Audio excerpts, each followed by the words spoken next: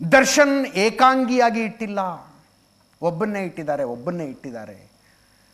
ಐಸೋಲೇಷನ್ನಲ್ಲಿ ಇಟ್ಟಿದ್ದಾರೆ. ಇಲ್ಲ, 10 ಜನ ಇದ್ದಾರೆ ಆ ಬ್ಯಾರಕ್ನಲ್ಲಿ. 10 ಜನರ ಜೊತೆಗೆ ಈ ದರ್ಶನನ್ನು ಇಟ್ಟಿರೋದು. ಒಂದು ಇಂಡಿಯನ್ ಟಾಯ್ಲೆಟ್ ಇದೆ, ಒಂದು ವೆಸ್ಟರ್ನ್ ಟಾಯ್ಲೆಟ್ ಇದೆ. ಇನ್ನು ಹಾಸಿಗೆ ಕೊಡಬೇಕು, ದಿಂಬು ಕೊಡಬೇಕು. ವಿಚಾರಣಾಧೀನ ಕೈದಿಗೆ ಅದನ್ನು ಕೊಡೋದಕ್ಕೆ ಅವಕಾಶನೇ ಇಲ್ಲ ಅಂತ. ಒಂದು ಹಾಸಿಗೆ, ಒಂದು ದಿಂಬಿಗೋಸ್ಕರ ನೋಡಿ, ಒಬ್ಬ ನ್ಯಾಯಾಧೀಶರು ಜೈಲಿಗೆ ಹೋಗಿ ಚೆಕ್ ಮಾಡಬೇಕಾದ ಪರಿಸ್ಥಿತಿ ಬಂತು. ಹಾಸಿಗೆ ಮತ್ತು ದಿಂಬು ನೋ, ಕೊಡೋದಕ್ಕೆ ಬರೋದಿಲ್ಲ. ಇದರ ವಿಚಾರಣೆ ಮುಗಿದು ದರ್ಶನ್ ತಪ್ಪಿತಸ್ಥ ಅಂತ ಸಾಬೀತಾಗಿ ಶಿಕ್ಷೆಯಾದರೆ ಆವಾಗ ಕೊಡಬಹುದು. ಕನ್ವಿಕ್ಟೆಡ್ ಪ್ರಿಸನರ್ಸಿಗೆ ಕೊಡ್ತಾರೆ ಅದನ್ನು, ಅಂಡರ್ ಟ್ರಯಲ್ ಪ್ರಿಸನರ್ಸಿಗಲ್ಲ. ವಿಚಾರಣಾಧೀನ ಕೈದಿ.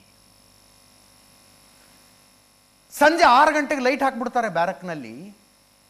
ಇಡೀ ರಾತ್ರಿ ಲೈಟ್ ಉರಿತಾ ಇರುತ್ತೆ, ನಿದ್ದೆನೇ ಬರ್ತಿಲ್ಲ ನನಗೆ ಅಂತಂದರೆ ಬಹುಶಃ ಒಬ್ಬೊಬ್ರದ್ದು ಒಂದೊಂದು ಅಭ್ಯಾಸ ಇರುತ್ತೆ. ಬೆಳಕಿದ್ರೆ ನಿದ್ದೆ ಬರಲ್ಲ, ಕತ್ಲಬೇಕು.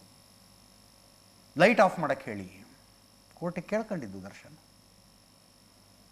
ರಿಪೋರ್ಟ್ನಲ್ಲಿ ಲೈಟ್ ಆಫ್ ಮಾಡೋಕ್ಕಾಗಲ್ಲ ಅಂತ, ಭದ್ರತೆ, ಕತ್ಲಲ್ಲಿಡೋಕ್ಕಾಗಲ್ಲ, ಲೈಟ್ ಹಾಕಲೇಬೇಕು. ಜೈಲು ಮ್ಯಾನ್ಯುವಲ್ ಪ್ರಕಾರ 1 ತಾಸು ವಾಕಿಂಗಿಗೆ ಅವಕಾಶ, ಆಟಕ್ಕೆ ಅವಕಾಶ ಇದೆ. ದರ್ಶನನ್ನು ವಾಕಿಂಗಿಗೆ ಬಿಟ್ಟರೆ ಕೈದಿಗಳೆಲ್ಲ ಕೂಗುತ್ತಾರಂತೆ. ಓ ದರ್ಶನ್ ದರ್ಶನ್ ದರ್ಶನ್ ಅಂತ ಕೂಗ್ತಾರೆ. ಆ ಕಾರಣಕ್ಕೆ ನಾವು ದರ್ಶನನ್ನು ವಾಕಿಂಗಿಗೆ ಬಿಡ್ತಿಲ್ಲ ಅಂತ ಜೈಲಿನ ಅಧಿಕಾರಿಗಳು ಹೇಳಿದ್ದು ನ್ಯಾಯಾಧೀಶರಿಗೆ ಕನ್ವಿನ್ಸ್ ಆಗಿದೆ. ಅಕ್ಕಪಕ್ಕದ ಅಪಾರ್ಟ್ಮೆಂಟ್ನಿಂದ ಕಾಣಿಸುತ್ತಂತೆ, ಜನ ಫೋಟೋ ತೆಗಿತಾರೆ.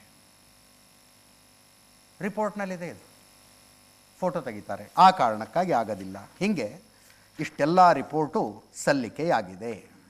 ಅಲ್ಲಿಗೆ ಇನ್ನೊಂದಿದೆ, ನಾಳೆ ಬೆಳಗ್ಗೆ ಹಾಕ್ತೀವಿ ಅದನ್ನ. ಡಾಕ್ಟರ್ಸ್ ರಿಪೋರ್ಟ್ ಕೊಟ್ಟಿದ್ದಾರೆ, ಕೈಗೇನೋ ಆಪರೇಷನ್ ಆಗಿ ರಾಡ್ ಹಾಕಿದ್ರಂತೆ, ಅದಕ್ಕೆ ಒಂದು ಹೀಟಿಂಗ್ ಪ್ಯಾಡ್ ಬೇಕಂತೆ. ಹೀಟಿಂಗ್ ಪ್ಯಾಡ್ ಕೊಡಬಹುದು ಅಂತ ಡಾಕ್ಟರ್ ಹೇಳಿದ್ದಾರೆ.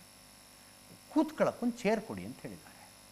ಚೇರು ಹೀಟಿಂಗ್ ಪ್ಯಾಡನ್ನು ಕೊಡಬಹುದು. ಬೆನ್ನು ನೋವಿನ ಕಾರಣಕ್ಕಾಗಿ ಕೆಳಗೆ ಕೂತ್ಕೊಳ್ಳೋದು ಕಷ್ಟ ಆಗುತ್ತೆ, ಕೂತ್ಕೊಳ್ಳೋದಕ್ಕೊಂದು ಪ್ಲಾಸ್ಟಿಕ್ ಚೇರ್ ಕೊಡಿ ಅಂತ ಡಾಕ್ಟರ್ದಿದೆ. ಅದನ್ನು ಮತ್ತೆ ಕೋರ್ಟಿಗೆ ತರ್ತಾರೋ ಏನೋ. ಯಾಕಂದರೆ